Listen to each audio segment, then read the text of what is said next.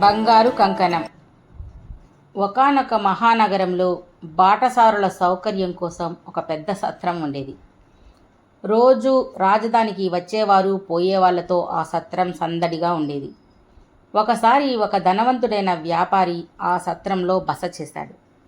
ఆ వ్యాపారి బంగారు కంకణం పోయింది.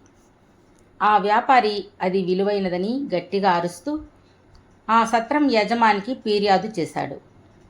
ఆ సత్రం యజమాని ధనవంతుడు ఉన్న గదిని బాగా పరిశీలించాడు. అక్కడ ఉన్నవారికి అవసరమయ్యే ఏర్పాట్లు చేసే నౌకర్నను పిలిపించి, కంకణం చూశావా అని అడిగాడు. నౌకర్న వింతగా చూస్తూ, అయ్యో, ఆ కంకణం గురించి నాకేమీ తెలియదు అని అన్నాడు. వెంటనే సత్రం యజమాని నౌకరాజు గదిలో, అతని దుస్తులలో అంతా వెదికించాడు. ఎక్కడా ఏమీ కనిపించలేదు. అప్పుడు సత్రం యజమాని రాజభటులను పిలిపించి జరిగిన విషయం చెప్పి నౌకర్నను బంధించమని చెప్పాడు. రాజభటుల ద్వారా ఈ విషయం తెలుసుకొని ఆలోచించాడు మహారాజు. ఇలాంటి విషయాల్లో దోష నిర్దోష అనేది దొంగతనం చేసిన వారికి మాత్రమే తెలుస్తుంది. సత్రం గదిలో వ్యాపారికి సదుపాయాలు చేయడానికి నౌకర్న మాత్రమే వెళ్ళేవాడు కాబట్టి అతడు ఖచ్చితంగా కంకణాన్ని తీసి ఉండాలి, లేదా వ్యాపారి అయినా కంకణం పోయిందని అబద్ధం చెబుతూ ఉండాలి. అలా ఆలోచిస్తున్న మహారాజుకు మరొక అనుమానం కూడా వచ్చింది. ఏదో పని మీద నగరానికి వచ్చిన వ్యాపారికి నౌకరుగా ఉన్న అతడి మీద ఫిర్యాదు చేయడానికి ఏం అవసరం ఉంటుంది? కాబట్టి కంకణం పోయింది నిజమే. గదిలో పనిచేసిన వాడు నౌకర్న, దొంగ అయితే సాక్ష్యాలు ఏమీ లేవు కనుక చేసిన నేరాన్ని వాడి ద్వారానే బయట పెట్టాలి అని అనుకున్నాడు మహారాజు. నౌకరుతో, ఒరే, ధగధగా మెరిసే బంగారు కంకణం కనపడగానే ఏదో దుర్బుద్ధితో తీసుకుని ఉంటావు. నీకు కొన్ని క్షణాలు గడువిస్తున్నాను. తప్పు ఒప్పుకొని కంకణాన్ని తిరిగి ఇస్తే క్షమించి వదిలేస్తాను అని అన్నాడు. నౌకర్న కొంచెం కూడా జంకకుండా, నాకు ఏమీ తెలియదు మహారాజా అని అన్నాడు. ఆ మాటలు విన్న మహారాజు తన మంత్రి వైపు చూశాడు. మంత్రి తన తెలివితేటలతో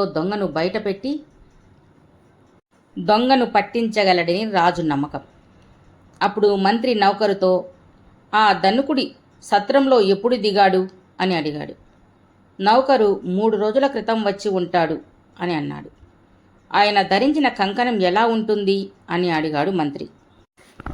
ఆ సంగతి నాకు తెలియదు అన్నాడు. అప్పుడు మంత్రిగారు, ఆ వ్యాపారి గదిలోకి నీవు తప్ప ఎవరూ వెళ్ళలేదు కదా అని అడిగాడు. దానికి చిత్తం అన్నాడు ఆ నౌకరు. సరే, ఆ కంకణం ఆ వ్యాపారి భోజనం చేసేటప్పుడు కానీ పడుకునేటప్పుడు కానీ తీసి పక్కన పెట్టేవాడా అని అడిగాడు. దానికి నౌకర్న, క్షమించాలి, ఆ కంకణం ఎలా ఉంటుందో నేను ఎరుగను అని అన్నాడు. ఎన్ని రకాల ప్రశ్నించినా లాభం లేకపోయింది. అప్పుడు మంత్రి రాజుతో, ప్రభు, ఈ నౌకరు నిర్దోషి. ఇతడిలో కలవరం, తడబాటు, దొరికిపోతానన్న కంగారు ఏమీ లేకుండా నిబ్బరంగా ఉన్నాడు కాబట్టి నిర్దోషే అని అన్నాడు. మంత్రి మాటలకు రాజు నవ్వి, వీడు గొప్ప నటుడైతే నేరం బయటపడకుండా నటిస్తున్నాడు అని అన్నాడు. అవును ప్రభు, పిడికెడు ఉపురాలు నోట్లో నములుతూ కూడా పటిక బెల్లం తింటున్నట్లు ముఖం ఆనందంగా పెట్టి నటించేవాడికి ఎన్ని సన్మానాలైనా చెయ్యవచ్చు. నిజంగా ఈ నౌకర్న దోషి అయి ఉంటే ఇంతటి మహానటుడు మన ఆస్థానంలో ఉన్నందుకు మనం గర్వించేవాళ్ళం.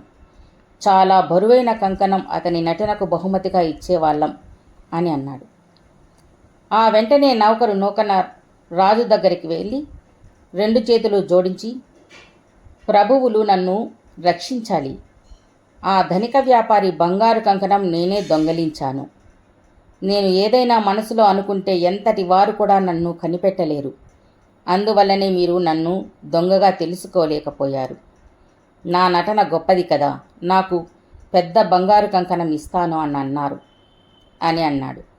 అప్పుడు మంత్రి చప్పట్లు చరిచి, మహారాజా, దొంగ దొరికాడు. ఈ నౌకర్న తేనె పూసిన కత్తిలాంటివాడు. ఇలాంటి వాడిని జనాలలో స్వేచ్ఛగా వదలడం ప్రమాదం. వీడికి యావజ్జీవ కారాగార శిక్ష విధించండి అని అన్నాడు. నౌకరు కుయ్యో మొర్రో అన్నా వినకుండా భటులు అతడిని బంధించారు. మహారాజు వ్యాపారికి కంకణం ఇప్పించి మంత్రి తెలివితేటలకు మెచ్చుకున్నాడు.